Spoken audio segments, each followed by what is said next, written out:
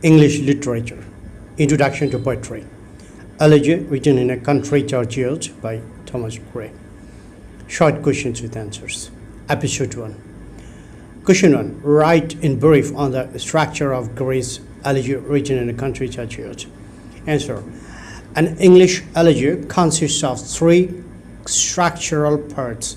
The first part creates a sad, solemn atmosphere in which the news of the death of a friend is revealed. The second part praises the dead. The last part finds out some sort of consolation.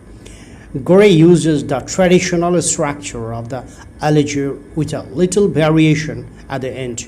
Like any other elegy, Gray's elegy starts with a description of the solemn atmosphere, followed by the subject, the dead villagers.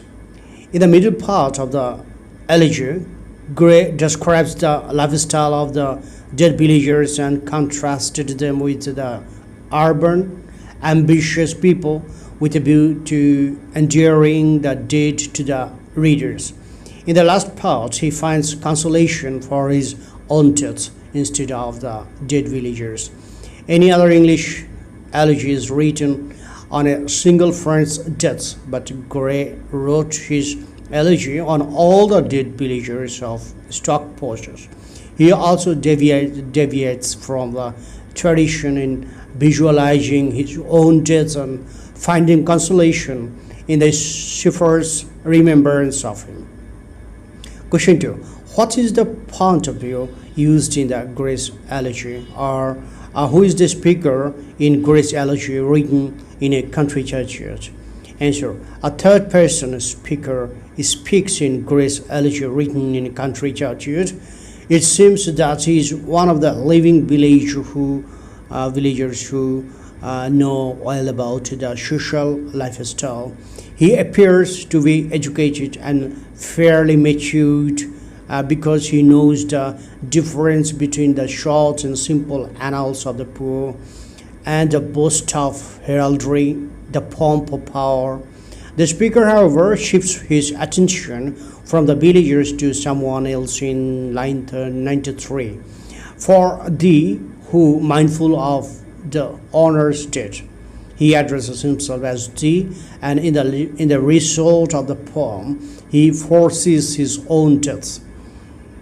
In these lines, the speaker and the thee merges to one person who finds solace from the expectation that some shepherd will remember him after his death.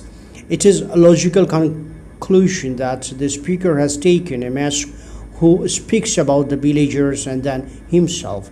It is likely that the poet himself has taken the mask of a persona who ends the poem brooding over his own fate. Question 3. What are some of the sound devices used in elegy written in a country churchyard? Answer. The poet has used several types of sound devices in elegy written in a country churchyard for musical effect. These are onomatopoeia, alliteration, assonance, consonance, and rhyme. Some examples are given below. Onomatopoeia: tinklings, twittering, babbles, and drooping. The sounds of all these words reflect their meanings. Alliteration: the repetition of initial consonant sounds, the lowing hard wind slowly or the lyre. The ploughman homeward plods his weary way. How bold the woods beneath their sturdy stroke. Brook that hobbles by. Assonance: the repetition of similar vowel sounds in neighboring words. The ploughman homeward plods his weary way. Line 3. The moping owl does to the moon complain. Line 10. Now drooping, awful man, like one forlorn. 110 line. Consonance. Consonance occurs when the last consonant of a word is repeated in nearby words without repeating the vowels before them. Here are three examples. Clarion or the echoing horn. Line 19. Shoot the dull dull, cold year of death, line 44. Sun upon line 100. Rhyme. Gray wrote the poem in heroic quatrains, which consists of 4 iambic pentameter lines rhyming AB, AB. The use of iambic pentameter feet creates regular rhyme, a regular rhythm. Moreover, the end rhyme creates musical effect. For example, the 4 lines of the second stanza end with sight, holds, fight, and falls. In this stanza, sight rhymes with flight and falls rhymes with holds, and thus they impart musical effect to the stanza. Number 4. What are Gray's attitude towards the dead villagers and towards the rich? Answer. Gray's attitudes to villagers and to the powerful rich are different. His description of the poor villagers reflects his respect for them. His genuine sympathy for these people is understood when he describes their tired steps on way to home after the day's work in the field.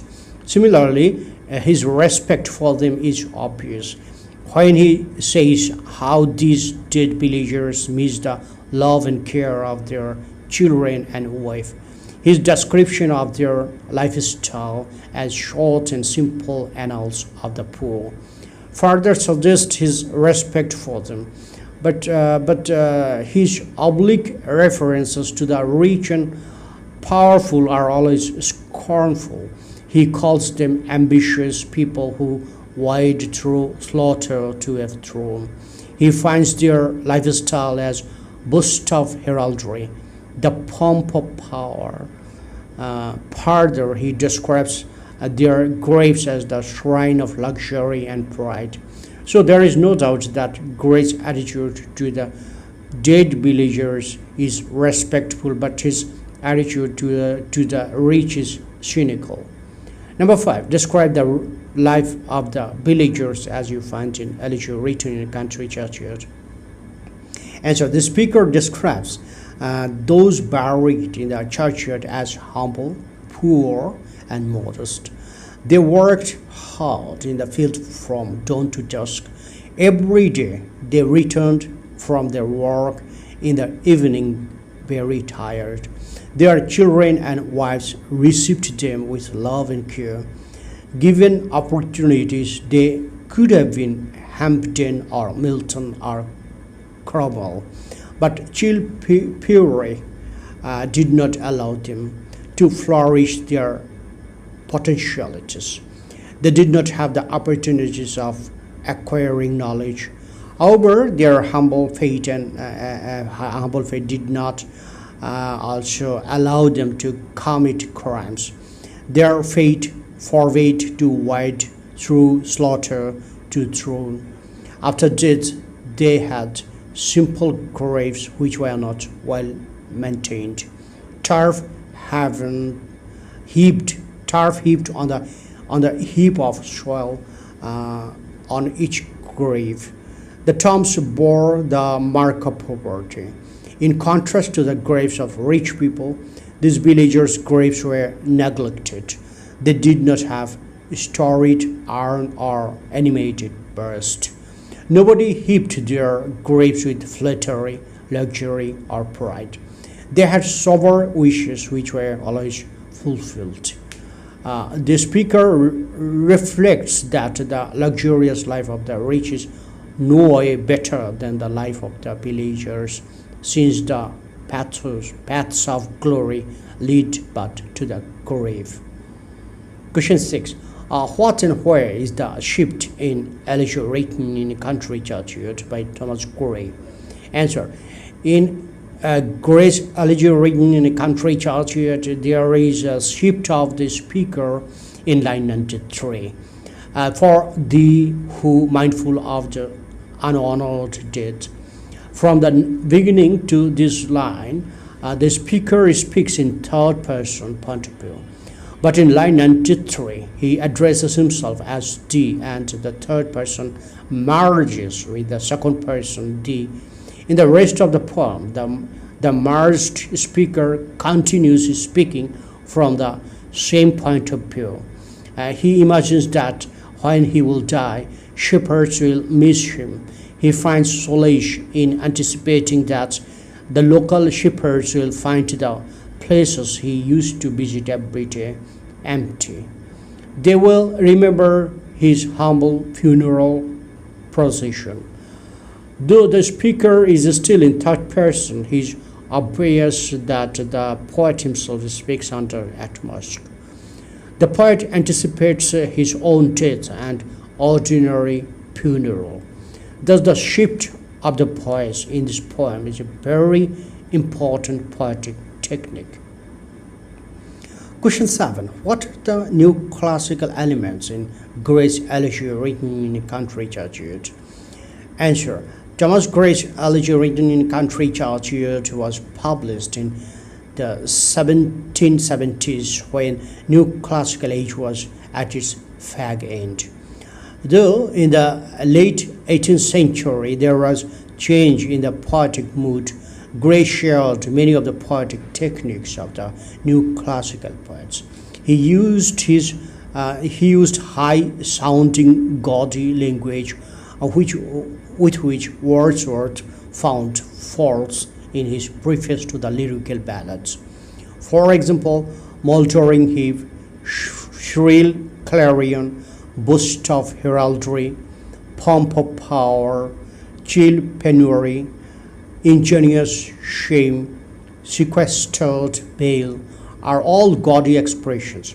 In this poem, Gray also used figures of speech, especially personification, very frequently.